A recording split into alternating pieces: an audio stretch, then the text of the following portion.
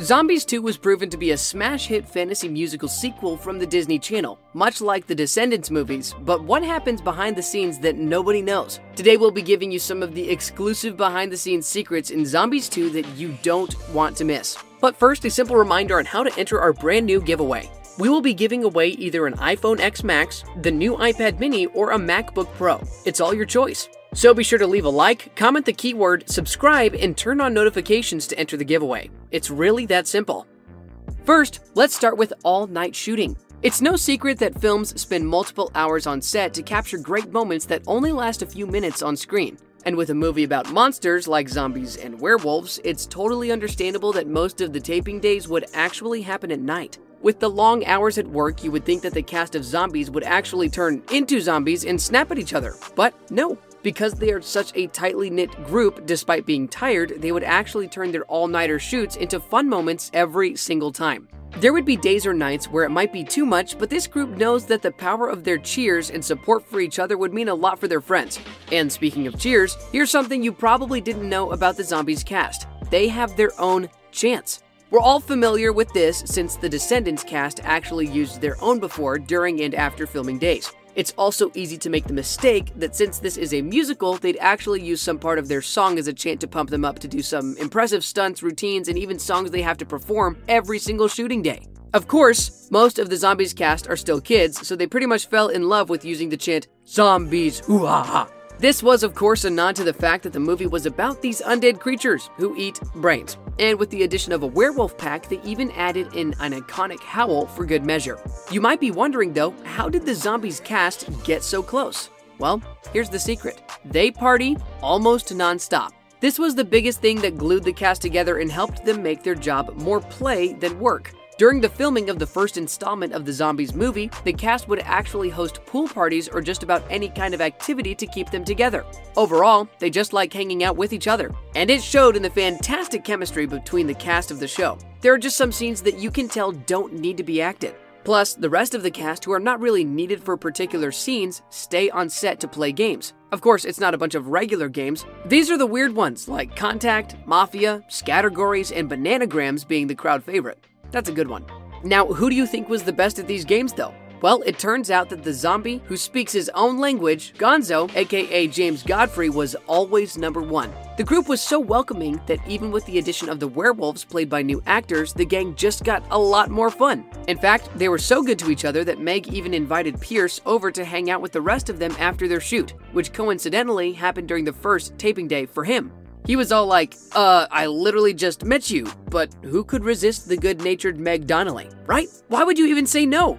Of course, troubles do happen on set too. However, it's not actually anything serious that would make it kind of awkward for the rest of them. Ariel Martin, who played one of the werewolves, Winter, admitted in an interview that she actually arrived 3 days late on their set in Toronto because of some problems with their airline company. This actually made her feel anxious, and to be honest, who wouldn't? As a musical film, it would be pretty difficult to catch up to whatever progress they already did, and by the time she came, she'd practically be the only new girl in town. But good old Meg did what Addison would do. She never made Ariel feel that it was her fault for being so late, and they became instant friends. She even helped Ariel ease into her new role and taught her some of the steps she needed to learn for their performances. Ariel's pack leader, Willa, aka Chandler Kinney, also helped her out at this point. But you know, a pack's a pack. The Seabrook newbies, aka the werewolves, actually admitted that they would go out together on their own to grab a cup of froyo. Moving on to another behind-the-scenes fact, let's take a look at the woman that made all of the impressive dance routines in Zombies come to life. Expert choreographer Jennifer Weber. If you all are into dancing, then you have probably seen some of Jennifer's other works, which are as choreos for films, ads, and even stage plays. So it's no wonder that the dance routines of the movie were always so dynamic and so perfectly visualized. She was even the one who thought of mixing in traditional cheerleading with hip-hop for the zombie movie, while introducing more crumping and freestyle dance moves for the werewolves. Now, speaking of dancing, there is no denying Milo's dancing ability. I mean, if you've seen his moves even in just Zombies 1, you know that this guy knows how to strut his stuff. That's why he was invited to be one of the contestants for the 27th season of Dancing with the Stars. That was way back in 2018 though. The crazy thing was that during this time, he got paired up with pro dancer Whitney Carson, and they rose all the way to second place, finishing second best only to country DJ Bobby Bones and Sharna Burgess. It looked like Milo got a little bit hungover by his victory, that his co-actors revealed that he's actually dancing almost 24/7. To quote Meg, she says that Milo salsas every 5 seconds. She also told J14 that she honestly believes Milo's dance moves actually improved after being on the dance show. But of course, that did not stop her from endlessly teasing her on-screen partner. The cute thing about this new quirk is that his regular partner for his dance routines is none other than Zed's younger sister, Zoe, aka Kingston Foster. Milo was nice enough to teach Kingston how to dance as a way to pass the time and hopefully teach something cool to his on-screen sister. Now, while we're here, let's talk a little bit more about Kingston. It's pretty obvious that she didn't get as much screen time in Zombies 2 as she did in the first movie. Now, I really don't know the reason behind this, but that's simply the truth. But that's not really the biggest challenge for the young actress. Since she's really the only kid in the set all the time, it kind of gets sad for her too. Luckily, even if the rest of the cast were probably more than twice her age, she did not feel left out. In fact, Kingston made a special friendship with Ariel and Chandler, who were the newest werewolves on the block. They even had a girls' night together where they would bake some delicious cookies. Plus, the older girls even played children's games with Sweet Kingston. I think it's just amazing how much camaraderie this group has with each other, and probably one of the reasons for this is that they laugh together all the time. The Zombies cast have also revealed how light the work seems to be because they never really lacked funny moments together. To be honest, they actually have Taylor Trodman, aka Bucky, to thank for this one. They all acknowledged that he is the funniest guy among them, and he'd do everything he can to make them laugh and enjoy their work. He doesn't run out of ideas and keeps them all smiling even during a tough shooting day.